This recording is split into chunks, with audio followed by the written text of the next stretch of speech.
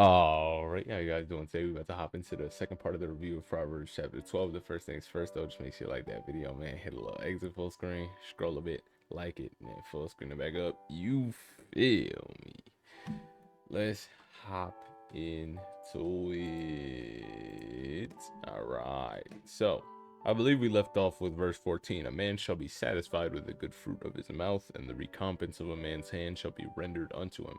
So if you have good fruit of your mouth, you're going to be satisfied with that. Same way as you work hard and you're satisfied with those fruits, same way as if you have fruit of your mouth, you're going to be satisfied because you're going to be living for God, and it's going to be better. You're going to reap the rewards. You're sowing good, you'll reap good. And the recompense of a man's hand shall be rendered unto him. That goes to saying the wages of sin is death, right? If you sow sin, chances are you're going to reap something less than ideal for yourself, because sin is less than ideal in God's eyes, right? The way of a fool is sight in his own eyes, but he that listens to counsel is wise, right? The way of a fool is right in his own eyes. A fool can only see things and say, no, I'm right, I'm right, I'm right, right? But if you listen to somebody and when they talk and they're trying to help you and give you advice and offer you counsel, it's wise to do so. And for me, I'm not gonna lie, I'm one of those people that's like pretty stubborn and hard-headed.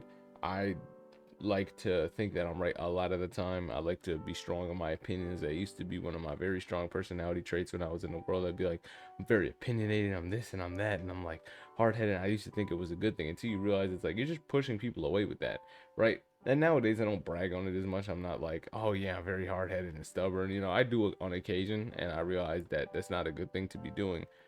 But you know, it's come to a point where I can now listen to counsel. I see now. I actively try in conversations, if I realize I'm being stubborn and hard-headed, I try to navigate myself away from that path so I can let the other person speak and offer me counsel. Not only so I don't ruin that relationship, one, but two, so I get their perspective. Because sometimes you may shut something down so much that you can't learn from it.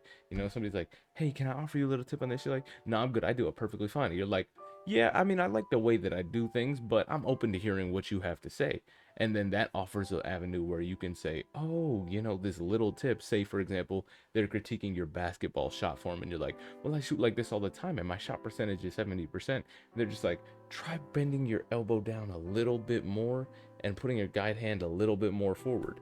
And then you're like, maybe I can try that, I guess. It doesn't affect the overall release. It's not like he's telling me to fully stop shooting like how I'm shooting, but at the same time, it's just a little tip that you can implement, and then boom, maybe your shot percentage goes from 70% to 80% with a little bit of help, because maybe you had your guide hand a little too close to your other hand where it wasn't like fully guiding and arcing that shot properly into the hoop. So when you move it forward like the guy suggested, is boom, hey, I just got a little better. And then you offer a chance to thank him, offer the chance to repay, and that can form a lifelong friendship, that can form a bond, whatever the case is, wherever you're at, that can lead to good things happening. And that's just like a random example, right? Think about it in a sin way. So you say, well, I'm doing this, and somebody's like, well, actually, that sounds like we're not supposed to be doing that as Christians. And you pull out some verses and all that, and you can say, no, no, no, trust, my heart's right with God, I believe in Jesus, I can do it, it's fine. Or you say, oh really, could you show me the verses that say that, or that lead you to think that this isn't right? And you're like, oh wow, yeah, it seems like God is pretty firm on this, maybe I should actually change my ways. And then boom, you just listen to reproof, got a brother out of it, and all this type of stuff, and it's all good. Why? Because you listened to counsel and you were wise. A fool's wrath is presently known, but a prudent man covers his shame, right? And this is just pretty obvious. You look to a foolish person, a biblically foolish person, and you're gonna see that they get angry easily. This also used to be the same thing. I used to like, I don't know if I used to brag on the fact that I had like slight anger issues or I got angry quickly, but it definitely wasn't something I was ashamed of, right? But a prudent man covers his shame. As I grew older, as I trusted more in God, put my faith in God, and as I prayed in my youth for patience and peace, or my late adolescence for patience and peace, I realized when you have God, nothing matters. Like, you think that, my graduation gift, $1,000 laptop to go to college to, when I spilled water on it and it broke, you think that that'd be a very sad moment. I just thought, this is God moving in my life to do something else. When I didn't get 2 jobs that I applied for, I just thought God doesn't want me there. And a lot of people, that could be justifiable crash out moments. And when I was younger, I don't remember the exact argument. No, I do, but I got in an argument with my mom, whatever. I remember I stabbed some holes in my wall with a pencil. I threw a book at my lamp and it shattered the light bulb. Like, there were some things I was doing because I didn't really know how to properly express my anger. I was never an angry person, so to speak. because I didn't know how to outwardly express it. It just kind of be like the feelings inside of you would bubble up, and then that was the outward expression. Some weird thing like stabbing my wall and throwing a book at my lamp. Like, who does that, you know? Like, most people maybe punch the wall. Me, I said, nah, I get this pencil, I'll stab the wall. And yeah, I don't know, but it's that weird expression of anger that goes to show that I don't think I was supposed to be an angry person. And now it's very hard to get me like genuinely mad. I'd say I get very irritated for sure. Like, small things really irk me. Slow walkers, people that don't hit their turn signals before they hit a turn, because I walk a lot and I bike a lot. So like, I'm looking at you. Are you going? Are you not going? What are we doing? Like, use your turn signal 200 feet before the turn. Stop in front of a crosswalk. If you're stopping at a stop sign, you're supposed to stop in front of the crosswalk, at least in the state that I'm in. I don't be seeing people doing that. And then they just be the bad drivers, bad drivers. That irks me. It's not like to the point where, you know, I'm just like, man, you need to renew your test taking abilities, because who gave you this license and who let you still be on the road? And it's not even old people, bro. I'm in college. Be college students. Like, you fresh just got your license like 3 years ago, 4 years, 5 years ago. Act like it, you know? Sorry. Got carried away. But slow walkers too, like, you can move out the way, or people that block the whole traffic. It's like 4 friends walking down the sidewalk, and it's like, bros, just move. And then there's people coming the other direction. So even if you want to walk in front of me, that's fine. But if you're 4 blocking both lanes of people walking this way and people walking this way, do you have social awareness? You're not a kind person. Or maybe you're just that oblivious, and I should give you grace in the moment. But man, you know, I be trying to give out grace. I'm like, well, maybe this. And I'm like, no, they really just watched 2 people like hop off the sidewalk onto the grass to walk around them, and because they're blocking every single lane. They're just bad people. They're just bad. You can't be that distracted for real, because this means that this is a common occurrence for you. You don't just do that, right? You don't just do that. I love people that move out the way. Like, they can tell somebody behind them is walking faster and they move out the way. My heart goes out to you people. My heart goes out to you guys. Anyway, he that speaks truth shows forth righteousness, but a false witness deceit. Speak the truth. Don't be lying. We read this verse, I believe it was in Ephesians, that said all forms of like trickery, all forms of lying or untruthfulness, which could be including, he mentioned in the sermon, Pastor Paul mentioned in the sermon, it sticks with me because every time I tell a half-truth, it sticks with me that he said even half-truths are a form of deceit. And I'm like, but I told a half-truth. I just didn't say the full thing. If I say, yeah, I left the house today, like you asked me, did I go to the store? I just say, I left the house. I ain't say I went to the store. I ain't say I went to the store, but I did leave that. That is true. I said a true thing. But you asking me if I went to the store? Let me. I think it's because the implications is I don't want to tell you because I did wrong, or I'm ashamed of what I did, right? And that's where the deceit comes into play, and that's why half truths are kind of bad. But on the other hand, we should be loving enough of our neighbor to tell them and face the consequences of our actions, right? It says that we should love reproof, we should love discipline, we should listen to counsel, and we can't do that if we're not being honest. Do you ever go to the doctor's office and they say, you being sexually active? And you maybe be there with your parent, and you gotta say, no. For me personally, I'm a virgin, so I've never had any problem with that. Plus, my mom never really stood in the office with me anyway. But you get the point, right? I've seen the memes where it's like, no, have you been smoking? No. Have you been consuming alcohol? No. And they're just like side-eyeing their mom the whole time. Their mom's mean mugging them like this. Because being deceitful can lead to bad consequences. Your doctor's only asking that thing to see how it pertains to your health. You're denying those questions so you don't get that belt from your parent. And that's why deceit is bad in some areas, right? Not all areas would it be bad, but this is why the Bible says that kind of stuff, because it's all for the good and the love of your neighbor, right? There is that which speaketh things like the piercing of a sword, but the tongue is wise of health. And this verse, I'm not gonna lie, I don't really comprehend. Some people make cutting remarks, but the words of the wise bring healing, right? You ever seen those videos where people talk about their social awareness? I know I just be ranting for real. I don't even know why I be on this like this. But you ever seen those videos where people are saying, oh, I deal with my social anxiety by going out and giving compliments to strangers? Did you walking down the street? Hey man, I like your fit. Hey girl, I like your hat. Whatever the case is, they're just giving out compliments not only to deal with their social anxiety, but it just makes other people feel nice, and it makes the world a brighter place for them while, you know? And then some people, they just go outside. They might see somebody with a bad fit. Hey yo, your fit sucks, bruh.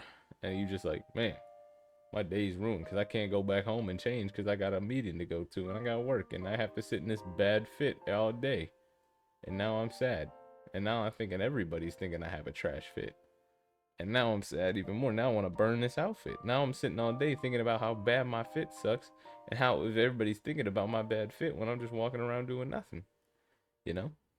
The lip of truth shall be established forever, but a lying tongue is but for a moment. Right? Lip of truth, going up. Lying tongue, you're gonna have your moment. Right? They always say the truth is gonna be revealed, right? Isn't that a saying? Something like that. You're gonna have your moment where you're safe with your lie, but eventually them truths come back to argue you. You ever had that moment? We all had those moments, right? Deceit is in the heart of them that imagine evil, but to the counsels of peace, it's joy in their hearts. And joy isn't happiness. Joy is that feeling that only God can give you, where you're just happy, like, not all the time, because obviously your emotions will get the better of you at some point. Hopefully not. I mean, you can be joyful all the time, but it's just like you are delighted in God's presence all the time. You're just constantly acknowledging God in your life, and it's just a great state of elation. And deceit's in the heart of those that imagine evil, obviously. But there shall no evil happen to the just, but the wicked shall be filled with mischief. And to be honest, I don't think it's saying you'll never be the victim of like a robbery or a murder or whatever. But when it comes to like ill, you just see it as a test, or a test, or a punishment for some sin you did, whatever the case is. However you want to view it, you're gonna see it as a gift in disguise, right? Blessing in disguise, that whole terminology. Why?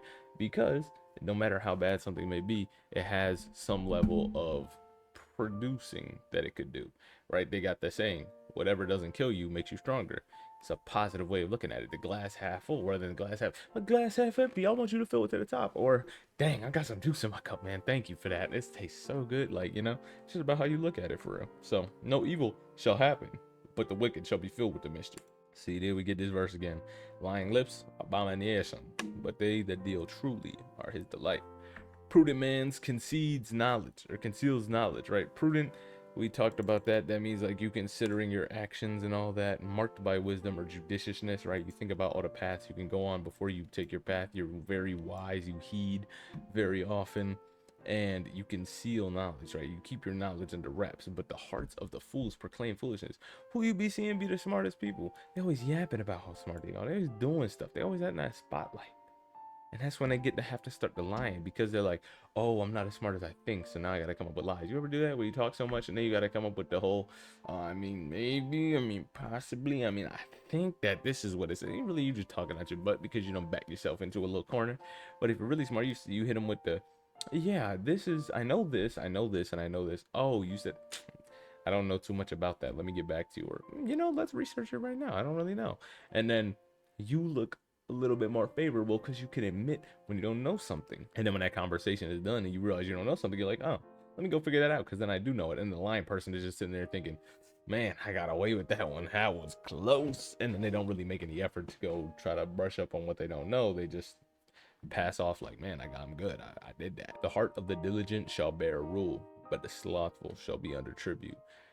Man, some Hunger Games type junk. If you're diligent, you're gonna be in power, I guess. But the slothful, he's gonna be getting up tribute and going to the Hunger Games. No, I'm kidding. No Hunger Games. But work hard, become a leader. Be lazy, be a slave. I ain't have to say it any better. You get it. You get it. Work hard, become a leader. All right, be a leader. Don't be a follower. Only follow Jesus one, but Jesus will make you a leader. Why? Because we see that the world hates us. We'll be trailblazers. They'll be persecuting us, but we'll be leading the path so the other people can come follow us, and then they become their own leaders and have people follow them until they become their own, right? Like, I don't know if I ever converted anybody through this channel. Who knows? But maybe I have. And if I have, I'm so grateful. Right, I'm grateful for every subscriber. I'm grateful for every view. Every day I'll be looking, not every single day, obviously, but there's some days I forget. But most of the days I'll be looking at the views. I'll be looking at the subs. I'll be looking at the watch time, and I'm like, dang, people really watched me. Like, even though it's not a lot of people, people really watch this channel. And then the people that comment, they comment like, some dude commented the other day, there's a lot of wisdom here. I guess some of my friends that I ain't never even talked about with God, or talked about God with, or to an upward extent of like, great videos, man, great videos. I'm so proud to see you doing this, and it feels good because you know that you're making a little bit of the difference, even if it's not a huge amount. It's piece by piece, right? I'm throwing my seeds, I'm scattering, And if everybody came together and we all scattered just a little bit, the world would be, it would become better, right? Because eventually we gonna reap something, right? We sow good, we reap good. So eventually, right? Heaviness in the heart of man makes it stoop, but a good word makes it glad. You're sad, your heart's gonna droop, stoop, whatever you want to say. But somebody's good words can make it glad. And we talked about that with the compliment example earlier, right? Somebody uplifts you one time, you're thinking about that. For men especially, if there's any women watching this channel, go compliment a man, a random man. Say something good about him. Say, but not like about his clothing. I hear the people say, oh, go tell a man you like his whatever fit. And like, hey, yeah. Because then he'll put it on and he'll be like, dang, this outfit's good. But you compliment on something he can't change about himself, he's going to be that much happy. Yo, I really love your eyebrows. They are shaped so nicely. And then you got some man gassed up about his eyebrows. This one girl told me I had a really nice smile one time. I think about that on occasion when I'm smiling out in public. I'm like, I got told I had a nice smile. I don't know if that's true or not because nobody else says it. But at the same time, if somebody liked it, you know, who says nobody else is gonna like it? So when I smile, I used to smile and try to keep my mouth closed because I didn't really like the way my teeth opened up. Specifically like the little hint of yellow in my teeth and everything, and I didn't really like that. But now, and I also didn't really used to like the way I smile. Like when I smile for real, I feel like I show too much teeth or whatever. But as it went on, I was like, you know what? That's how I smile. And that's how God made me. So who am I to cover that up, right? So now I'm a little bit more comfortable with that. And it's still a work in progress, but you compliment a man on something. Tell him you got some nice teeth. Tell him you got some nice facial hair, whatever the case is. You like his hair, you like his nose, whatever it is, that man is going to be gassing that up in his mind. I don't know if you've ever seen the videos, but it's a lot of men talking about the compliments they receive and how they carry them with them for years. So this bus driver told me she liked my shoes. I think about that when I put those shoes on. I'm not going to lie. It don't matter much, low key, but I think about it when I put those shoes. I'm like, she liked these shoes. That made me feel good, right? And it feels better coming from the woman of the opposite sex. It doesn't feel as good coming from a man because as a man, you're just like, I see you trying, bro. I like that. Keep trying. It's not like the end goal. It's just somebody who's in your same boat trying to gas you up, which it's nice, but it doesn't amount to as much personally. You get what I'm saying? The righteous is more excellent than his neighbor, but the way of the wicked seduces them. The righteous is more excellent than his neighbor, but the way of the wicked man seduces them. Seduces the wicked man with their wicked ways. The ways of the wicked seduce them. Like just the fact that they're wicked, and then they devise these things. It seduces them, and then they fall into that. But the righteous man is more excellent than his neighbor, which, we'll look at this in another translation. It's not really hidden in death-wise. The godly give good advice to their friends, the wicked lead them astray. Okay, gotcha. The slothful man roasteth not that which he took in hunting, but the substance of the diligent man is precious. And he mentioned this verse in the sermon. You talk about this one, how they don't have the time to wait. They try to do everything now, when really it's patience, right? We hope for the things in heaven, just like we have to have patience on this earth. We have patience for heaven, so we have patience on this thing on earth. He can't roast what he took in hunting. He wants it now. He killed the thing, but he doesn't have time to wait for it to cook. He might eat the raw meat. You ever ate raw meat and you got sick off it? I haven't, I don't think, but it's apparently a common occurrence, right? I was cooking chicken with my friends the past like 2 days.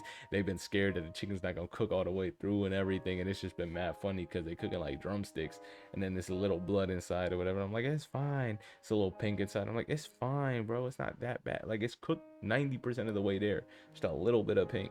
It's not gonna hurt. Right, but a slothful man, he's too lazy. He wants everything now. And when you want everything now, it doesn't really reap benefits, right? Think about planting, sowing, and reaping in general. You plant something, you're waiting some weeks or some months for it to spring up and give you what you want. You can't just say, I want to plant now. I mean, if you play Minecraft, obviously that's not the case because you got that bone meal, your crops are going to grow fast. But so now we're talking about here, we're talking about real life. And then the final verse, and the way of righteousness is life, and then the pathway thereof is no death at all. So we trust in Jesus, and we have patience for the things we hope for in heaven, which is secured and guaranteed from God our Father. All right, that's gonna be the end of the video. Hope you guys have yourself a fantastic rest of your day. Peace.